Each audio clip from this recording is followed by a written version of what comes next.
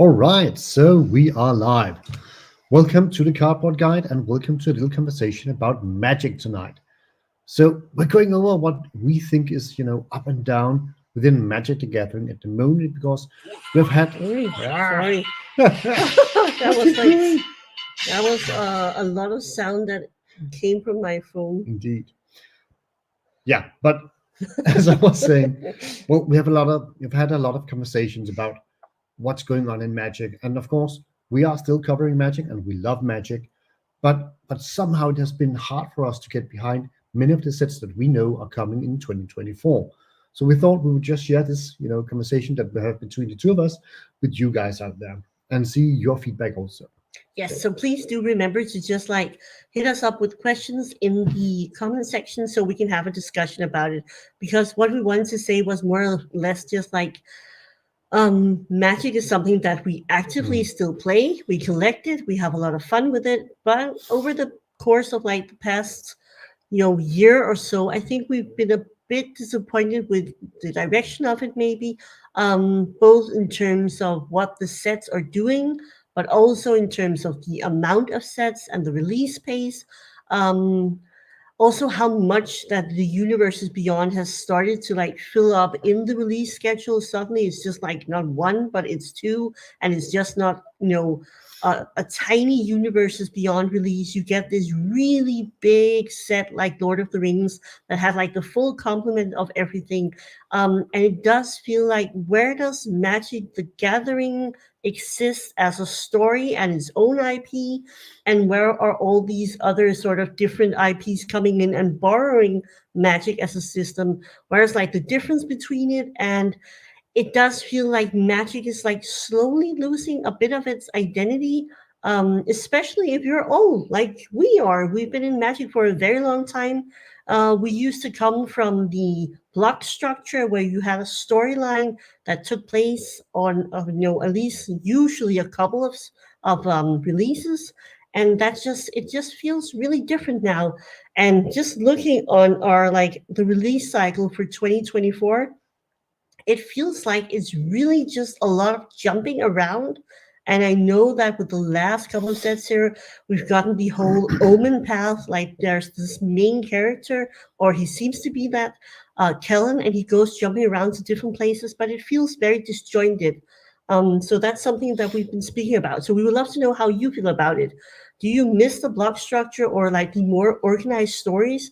We had a short just re-experiencing it with the Phyrexian arc, where you had all of these connected stories taking place on the same plane, or at least most of it.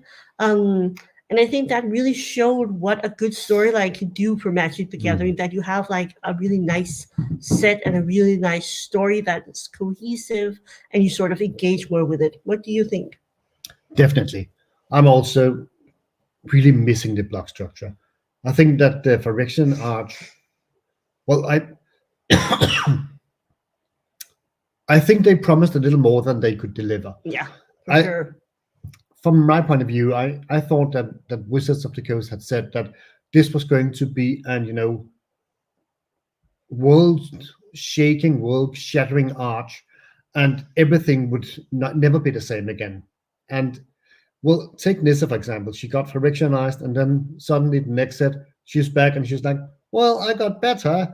I had 6 arms, but I'm back with only 2. It's fine. Yeah. And that kind of takes away the seriousness of the story. You need to have believable characters, and you need to have something on the line for them. And if everything can just, be revived or come back in another form, the seriousness of the story goes away. And I think that's also what I kind of miss in many of the Magic sets. We talked about this complication creep, you could say, on cards, that a lot of cards have gotten a lot more text, and a lot of cards have gotten very, very, intricate, and there's a lot of reading going on cards. And that takes away some of the space on the card that was normally in the older sets reserved for the flavor text.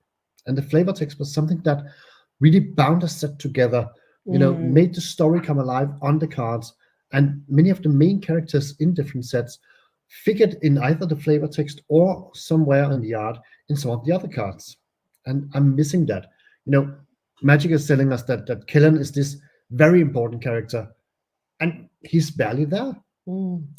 Yeah, I completely agree. And especially around the flavor text. I think it's really important to remember that the flavor text also interconnected not just the story with the cards, but also between all of the cards. You would see like the same character being mentioned in the flavor text. You would see like, specific artifacts or places or just a lot of little mentions that really make it feel like that the entire story and the world building was more fleshed out and more complex and nuanced, especially on the older sets. You had a lot of like references to cards, to characters, to places, and it just really felt like it was a real world that the story was placed in.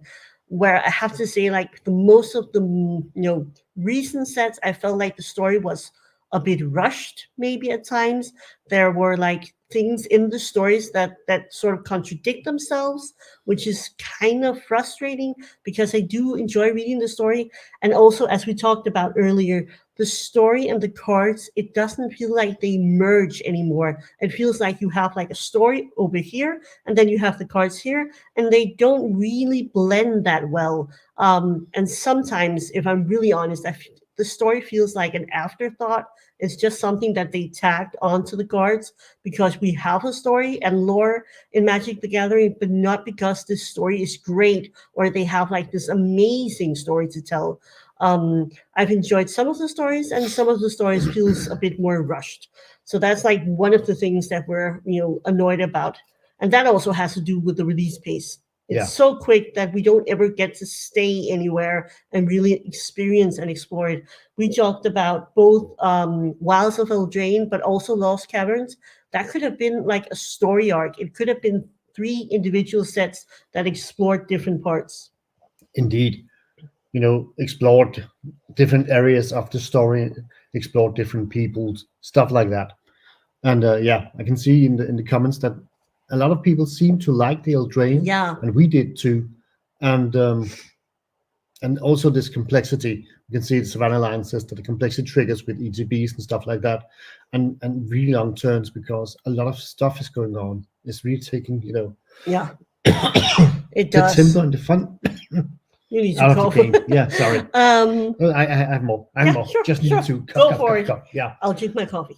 And also maybe that's also what I kind of miss about old Magic, that when you played in the olden days, Last century. 3,000 years ago, Gandalf, Yes. um, when a hypnotic spectre hit the battlefield, everybody knew what it did, Mm, and it was a 2/2 flyer, and when it dealt damage, the opponent had to discard a card.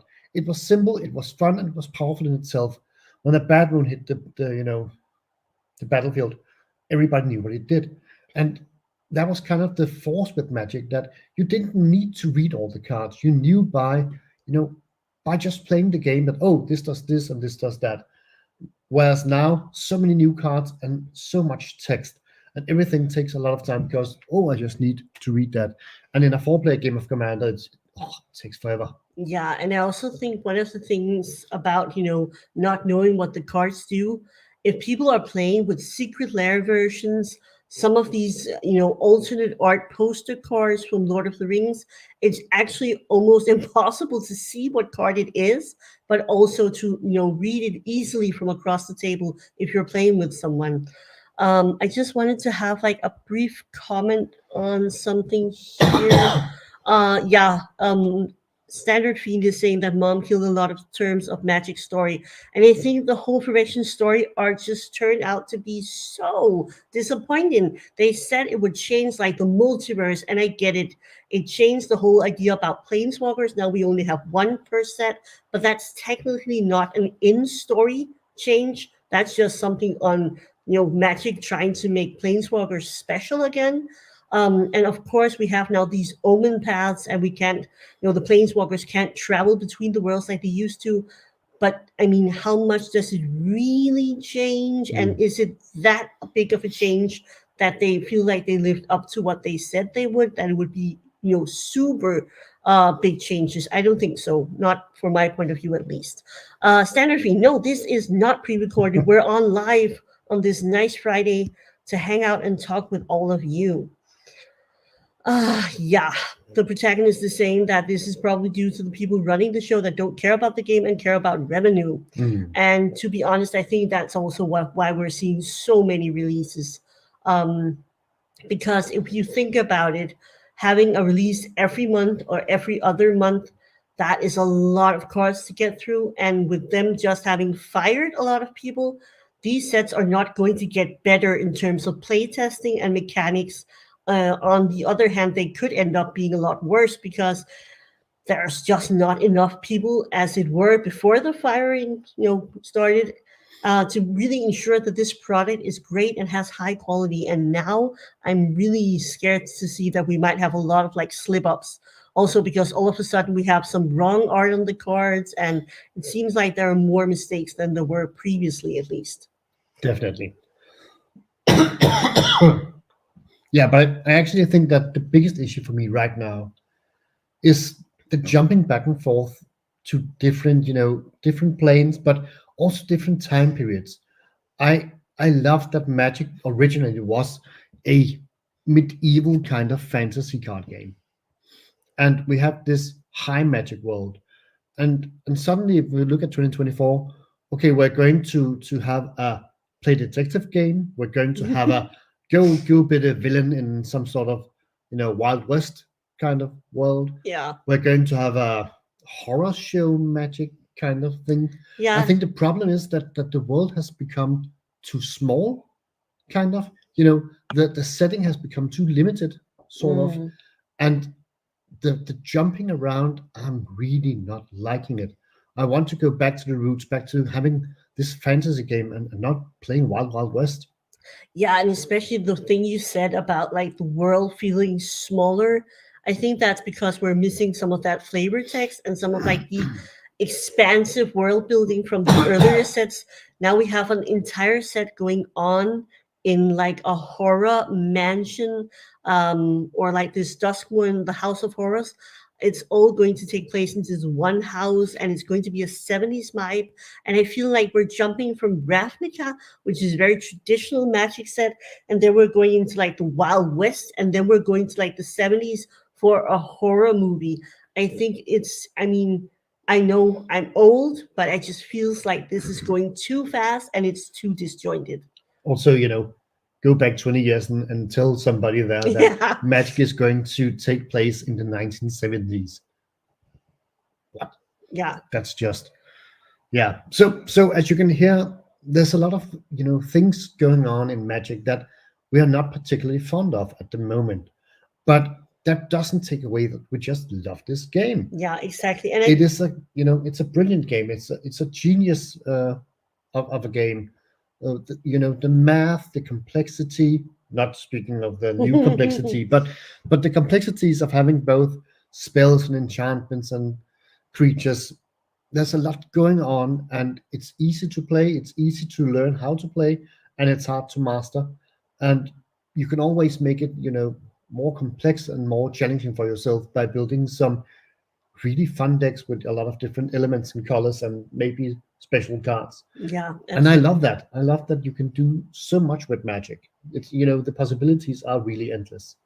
Yeah, for sure. And I think we also wanted to do this to say that we're not covering as much Magic, both because there's been like a little lull. So in December, there wasn't any like releases, but also because we're a bit like, maybe a bit, taken aback about how disjointed. And I mean, I saw somebody mention like schizophrenic and that's honestly almost how it feels, because what is the identity of Magic right now? And because Magic has always been, or at least from very early on, was very lore driven, this feels very, very weird to me. And then you calculate in how many releases. And I think I really want to hit on one point, and it was the fact that Blake said you should treat it like, just a buffet. You get what you want, and then can just ignore all the other releases.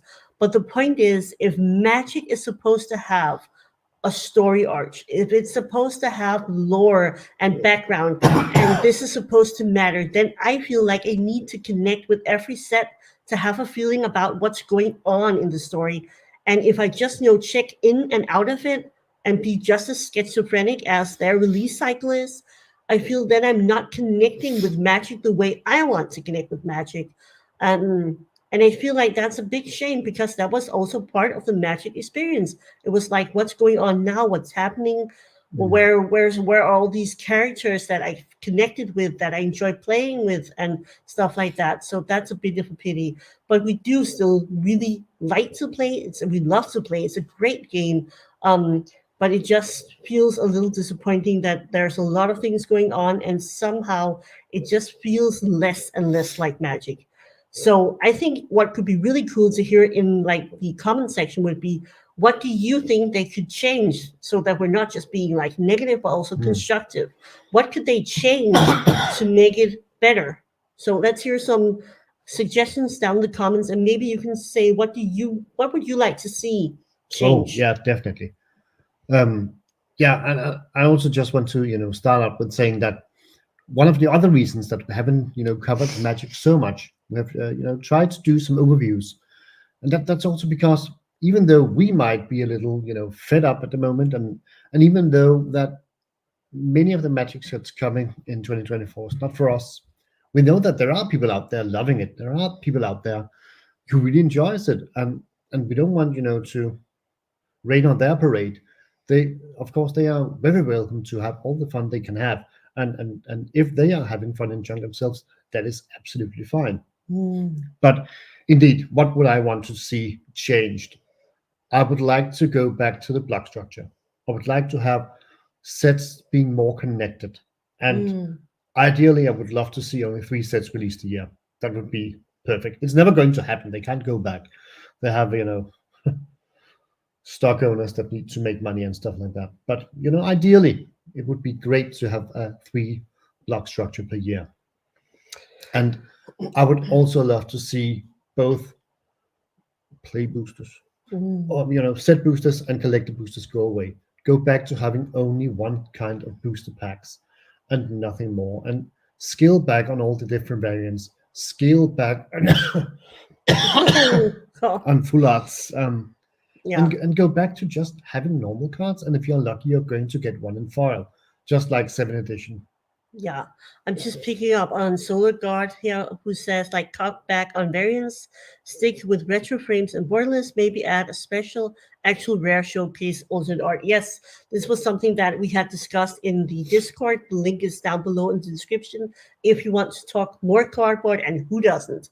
But I think one of the things they could do was just have like a borderless version for like the special version, and maybe a special version for that set, or just a retro version and then a normal version. That would cut like way, way, way back when I don't remember if it was like for extra or will be one. We had an illusion one with 14 different variants. I mean, nobody needs that many variants. I'm sure you'll find one you like, even if there had only been 5 variants.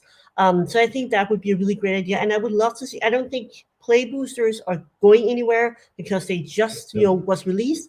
But I think I would like to see, maybe I think we had someone in chat or in the Discord saying maybe get rid of the collector booster.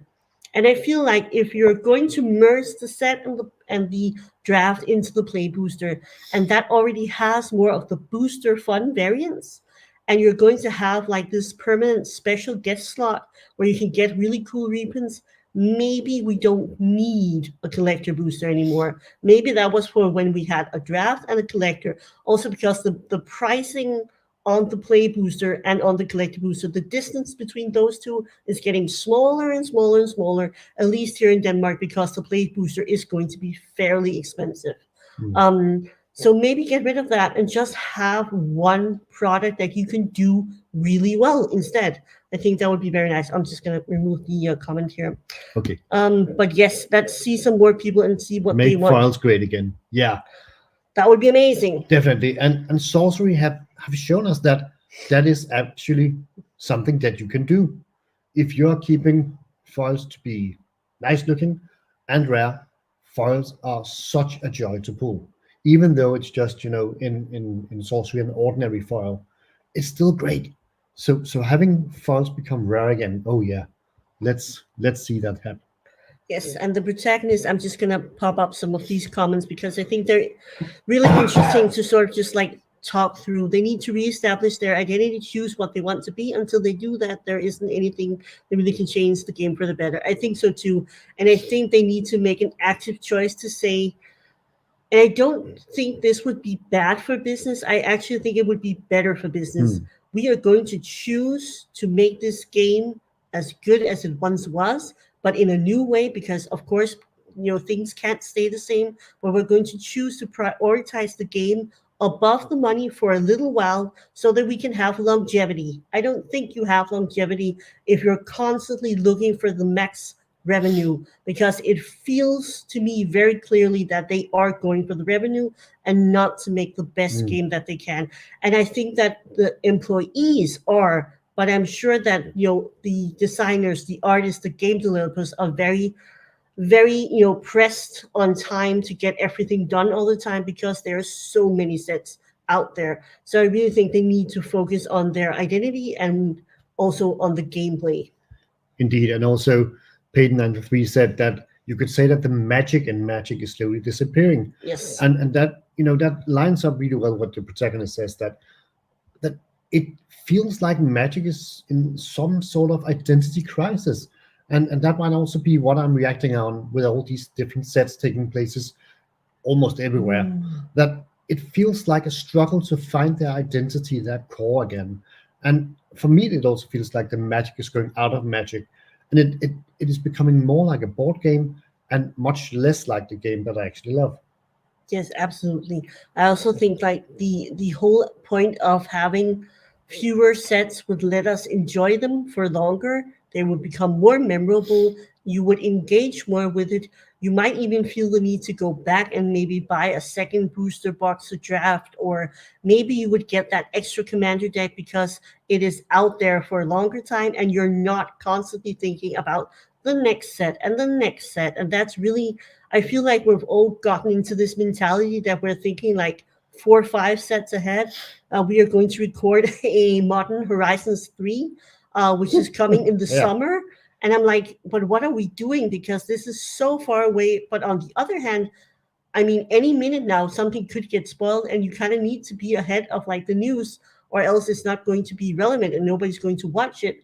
But I do feel like if we had fewer sets and they could stick to some interesting standard set, and they give us maybe a master set or one universes beyond or something like that, I would be okay. I actually have more issue with the universes beyond being so, it feels really dominant in the release cycle because they are getting so big, and they have what they call tentpole sets now that have both like draft and set and booster and collector and everything. Like the Fallout set. Yeah, like the Fallout set, or like no, the Fallout set is only going to have the collector and then the commander decks, but more along like the Lord of the Rings that had just like everything. Whereas I was really annoyed with the secret lair, but I think I've come to the conclusion I don't care about secret lairs.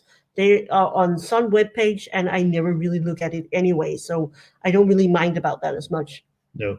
And that But was just what- coming back to saying that line that like a standard, a masters, and maybe some special stuff. Maybe not like 3 sets a year, but maybe this is like keep one to each quarter, and then something in between every now and then. Because I don't think we're ever getting back to 3 again. Unfortunately. Yes, so I'm just keeping up with chat. So you can just go ahead and I'll just figure Lucky out. throat. Yeah. And also, also being both a player and a collector, I would love to see master sets go away. I think that having this excessive reprint over and over again, it's taking out everything that's fun and collectible in Magic. I'm not certain that that master sets needs to go away completely, but we can't have one each year. That's too much. Maybe one every fifth year or something like that. So cards could actually start to appreciate in value, become rare, become special, and not be taken out with 2, 3, 4 reprints in a row. Yeah. Because that is definitely destroying everything that's collectible.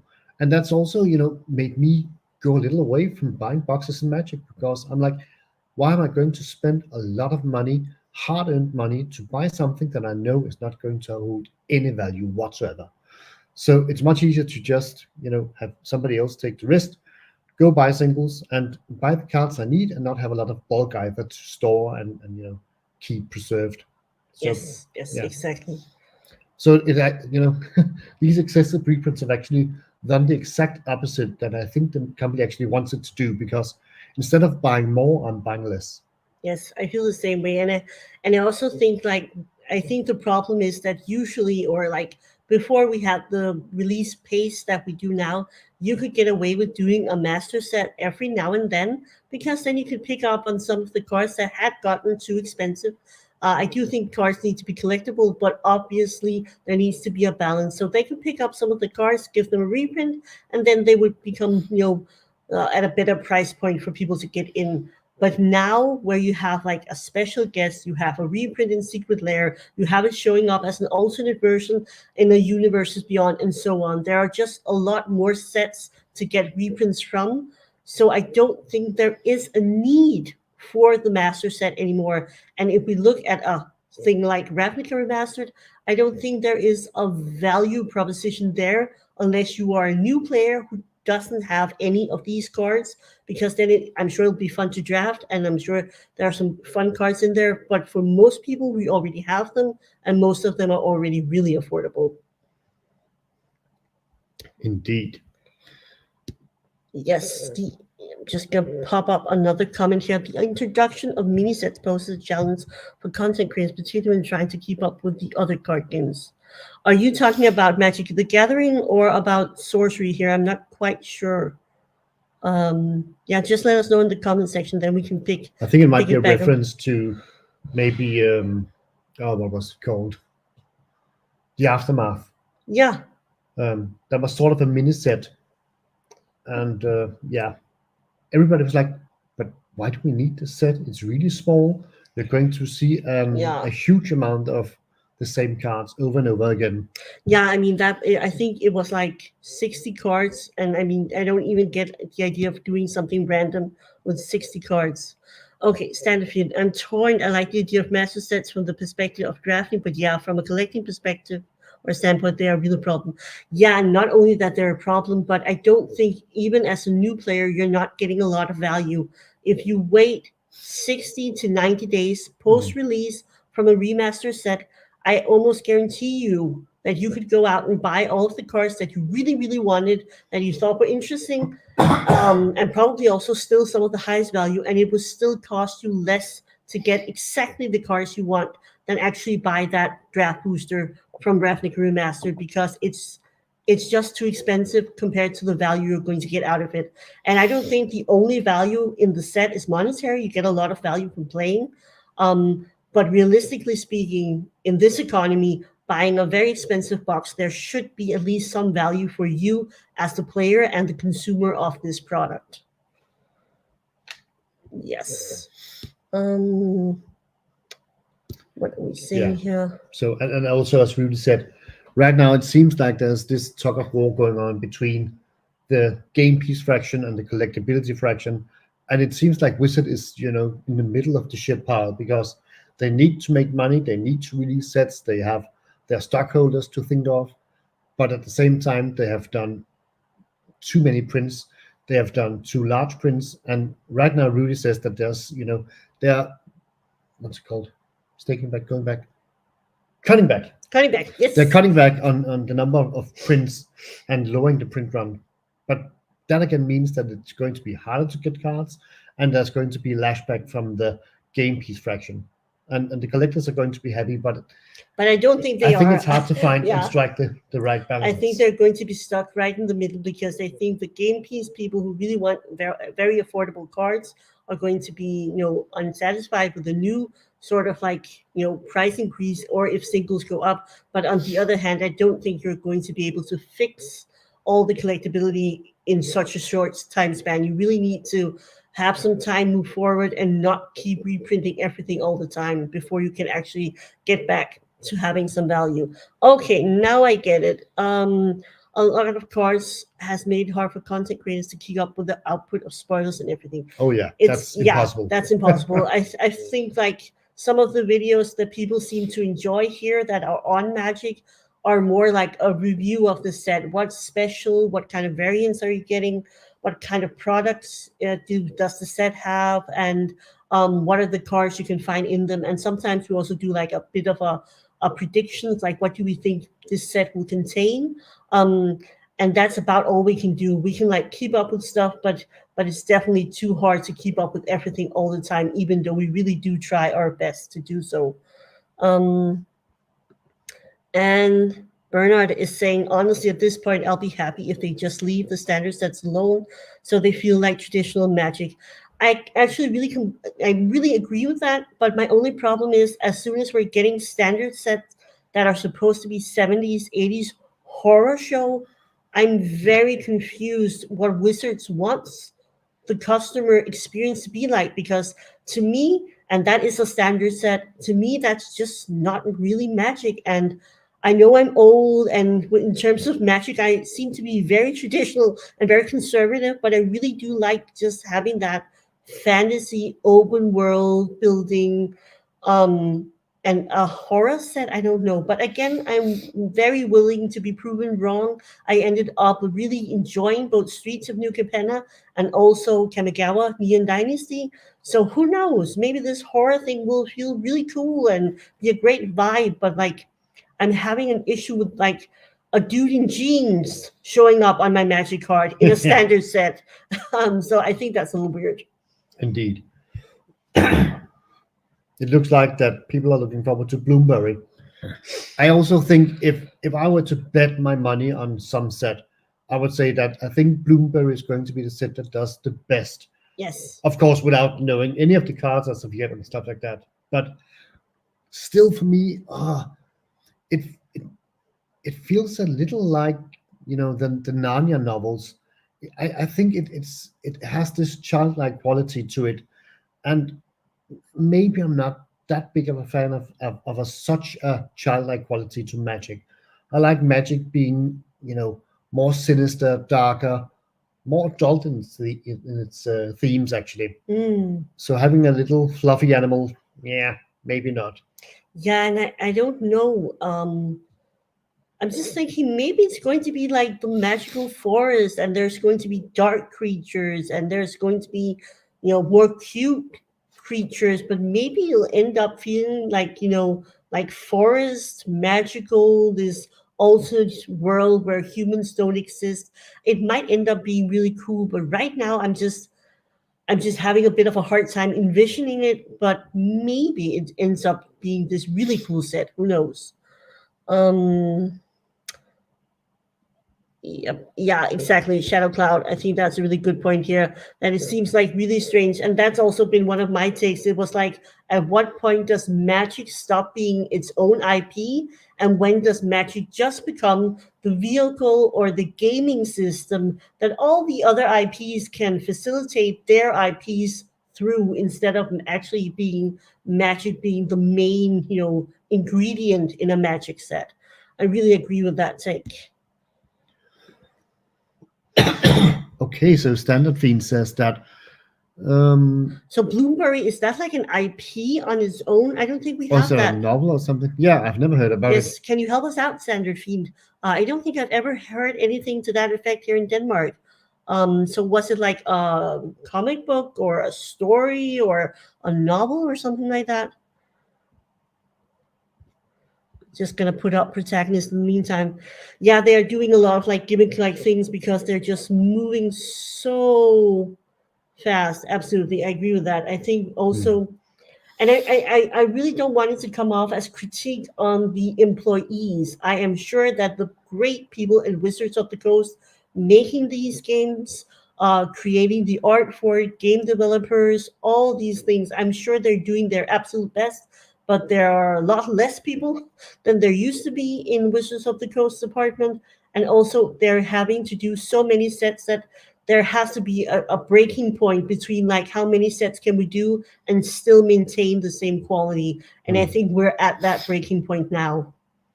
Yeah, indeed. And it must be a really hostile environment to work in, actually.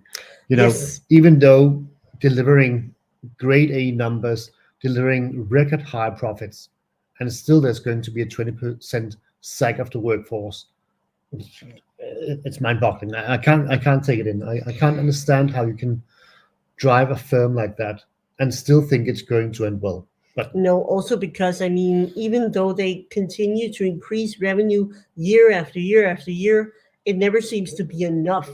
I mean, there is always a new goal to hit, and at some point, it's going to be hard to keep growing at that rate because they are as big as they are. Um, yeah, the employees are definitely not be getting the time that they probably need. So actually, that was a lot of good stuff covered on what we actually think could change and what could be different. So I mean, this is sort of on the same line, but what sort of themes would you like to see come back into Magic? What would be something that you think, okay, this is something I would be really inspired by, or something that would get me to buy a box because I need to explore it. What kind of theme would do that for you? mm,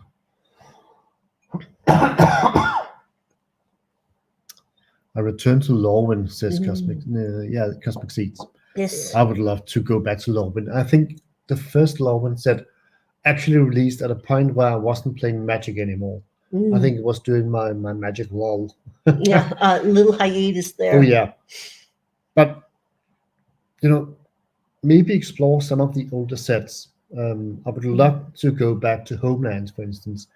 I think That would Homelands. be cool, actually. I think Homelands was Yeah. a set that had an awesome flavor, but the cards were just so terribly bad, even for the standard of that time. So having some of those characters have a little comeback. I would like to see Baron Singia and Yeah. Grandmother Singia and the vampire theme coming back again, but in a broader way than we saw with the Innistrad Crimson Vow, because I loved that the vampires were back. I loved the wedding theme, but only having it built around a wedding seemed too small. Yeah, definitely. Sander Feen is saying larger, more complex planes like Dominaria. When you look at a lot of planes like Kaldheim, there are tiny biomes.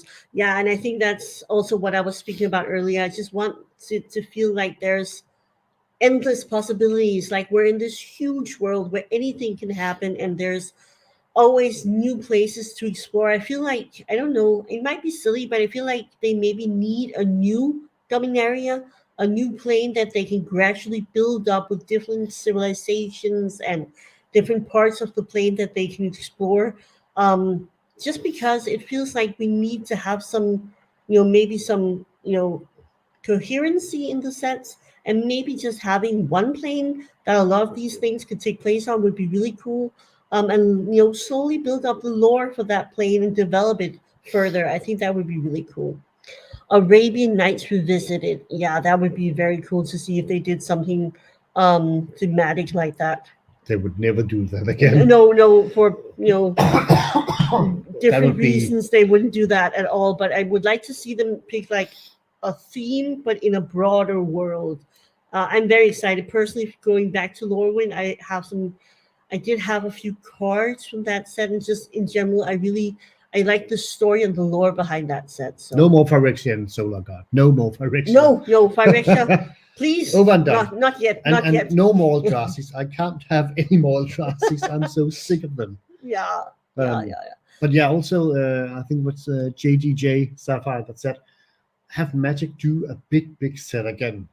Yes. I would love that. I would love to see a huge set within the same kind of frame, and just have a lot of beautiful, great cards. Yes. Absolutely. And build a lot of variants of decks, just like we see with Sorcery now. Having such a big set gives such endless possibility to build decks, and I would like to see that in Magic again. Yes. Not just the same cards over and over again in Standard. Go mono red, right? Hey, let's not knock on the mono red. Those are our friends. Benjamin, you're saying sounds simple, but I miss core sets. So what do you miss about core sets? Because I feel like, maybe I just think that we have so many sets now that a core set, I'm not sure what the place would be, but I would love to hear what your thoughts are on a core set. That would be really cool. I'm pretty out of touch. I'm just gonna put it on so everybody can see it. But have they ever done like a revisit to Arabian Nights? Obviously not reaping the reserve. Nope. No, not like that. not like such a specific small theme. I don't think we've seen that for. Please do hit us up in the comment section if anybody has something. No, I don't think so. I think most of them have been like bigger sets, world building sets. Yeah. Oh, What like I can say what I kind of miss about the core sets. yes, go ahead. I like that the core sets sort of, picked up cards from every set released that year and made a kind of new set with the old cards. And Mhm. sometimes there was a little, add-on of a little, little fraction of new cards coming out. Yeah. But having this sort of, set that picked up some of the great cards and also had a set more accessible to players, which also meant that the complexity creep in core sets were much less than it was in the rest of the sets. And Okay. if there was some sort of mechanic that you didn't like, it was usually not going to end up in the core set. So I like that about the core sets. It was more like, old school magic kind of flavored. Yeah, I can see that. Savannah Line is saying a desert theme like Dune. Oh, I think that would be really cool. I would love to see like a desert theme, both with like in terms of creatures and maybe also like we had that a some little bit with Mirage. yeah Mirage, but something like Mirage, Yeah. but maybe more fantastical, more different. I would like to see that. Introduction of the Gatewatch and this multiverse hopping story really set up the direction of creating tons of small, shallow, disconnected worlds. Yeah, I think so too. But I think the interesting part was that the Gatewatch, at least in some of the sets, managed to be the thing that was the core part of it. It was the characters of the Gatewatch that sort of like kept the world of Magic together. The Gatewatch was sort of like the glue, at least for me. Yes. Okay, I'm just gonna Yeah. have to post I that. was like, Yes. look, we have a partner in crime. I have done a lot of stuff on our Instagram that I'm sort of neglecting at the moment, but where I went back on all the old cards and really just explored everything I could about the Thran dynasty on or the Thran civilization on Dominaria, and just like there's like huge amounts of references, and a lot of the core story and lore of Magic is built on Mishra and Ursa finding this Thran civilization and using some of their old sort of like blueprints to make different sort of machines and stuff like that. So I would love to see if they could like a throwback to the Thran civilization or something like that. I would really, really love to see that. Like a sort of like almost like an archaeology set, but where we went back into the time and really just got a feel of it. Antiquities remastered, I'm hearing. Yeah. But it's actually fun because we mentioned the Weatherlight when we talked before going live here. That one of the things that were great with the Weatherlight set was all these references to the Thran Empire and the Thran, technologies, the reprints, no, the blueprints, Yeah. and a lot of the cards had flavor text and lore that actually linked this story. Yes, and that was also the fun part. I mean, I just went back on a lot of the old cards and just like read all the flavor text, tried to connect the different places and everything like that. And to me, I'm an archaeologist by training, and I just really love digging through those old references. And it just felt like this world comes alive because they thought about this entire civilization even before the actual set happened. Because much of the Thran civilization is just something that's used for a background story for the Ursa and Mishra and the conflict between the two brothers. But I would love to see that.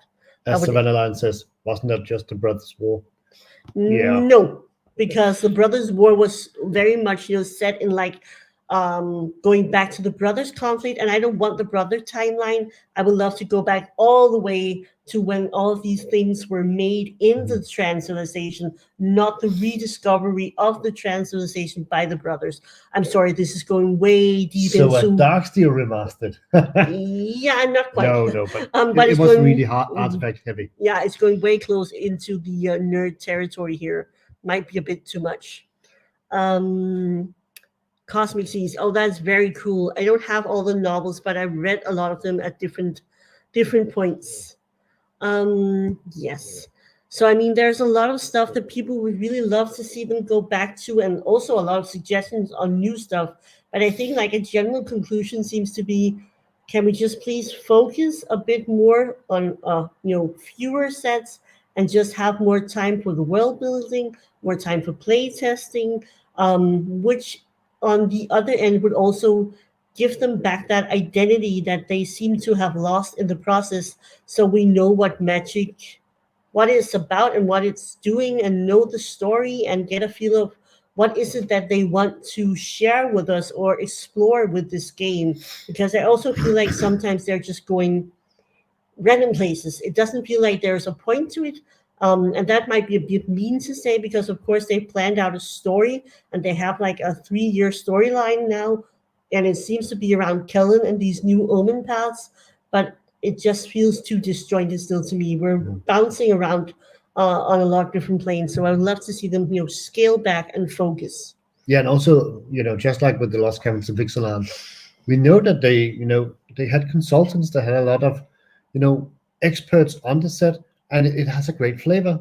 But, it's one and done, over with, and it's a shame that they don't explore more nuances and more depths within their sets. Definitely, and especially because they use that many resources to get a set and the flavor and everything right for it. I mean, why not use that to say, okay, we've gotten something really cool here. There's definitely room to expand. I'm sure there are cards they decided not to use because it didn't fit or something. They could just do, I mean, if not 3 sets, then maybe like 2 connected sets, where we get to explore a bit more, because I'm sure they had more.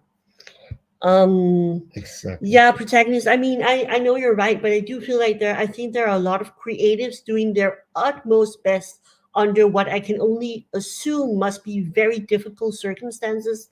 And I really do feel for those people, because they might be working on something they thought would be their dream job, because at some point most of us was like, okay, it would be so cool to work for Wizards of the Coast Yeah. and help create Magic the Gathering.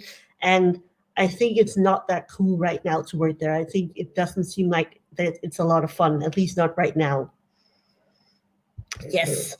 So you are coughing up a storm. Yeah. We are getting ready to Put me to bed. put me to bed. Okay, people, please do hit that like button before you go. And if you have any comments or questions, let's just hear them so we can just have a few final discussions or questions if you have any. Otherwise, we are so happy that you joined us for this quite an impromptu little talk about Magic, because we really just wanted to say a bit about why we're not covering Magic as much as at the moment, and that we still love Magic, and we just really want it to go not back maybe, but get to a place again where we can really enjoy it. So Exactly. that's the part of it. And it's also lovely to see that. And of course, it might be a bias, because I suppose that many of you showing up here are people, following the channel. But I think it's lovely to see that we are not the only ones having this feeling and this, this questioning as to what is Magic actually doing. It seems like we're all on the same page, and it's the same thing that we want mostly Yeah. to see. Sorry. Yeah. We gotta get Jens to bed, but it is to see happening in Magic, actually. That Yes. it's the same changes that many of us are actually asking for, and hopefully, I'm not saying it's going to be this year or next year, but hopefully at some point there might be, changes in leadership in Wizards of the Coast. There might actually be somebody that listens, and if they do, I hope that they are listening to what we are saying and trying to bring this ship about. Yes, I hope so. And I also hope that people get that we're saying this because we're still invested, we're still passionate about Magic, and we just really want them to maybe just slow down and sort of figure out what they actually want and what they are going to do for the next 30 years. Because I do hope that we continue to get more Magic Brothers or products, but just not at the same pace that they've done so far. So with that, I think we're ending off and just saying thank you so much for watching. Please hit the like button and do consider subscribing to the channel. It would be very cool. And if you want to talk more cardboard, we are in our Discord, the both of us, every day. So there is a link down below in the description to our Discord channel, and you are more than welcome to join us in there. Exactly. And you can have me coughing free there. Yes. Luckily, it's without sound. And sorry for all the coughing. Hopefully, I'm going to get better at some point. Yes. Thank you so much, and have a great day, everybody. Bye. Bye-bye.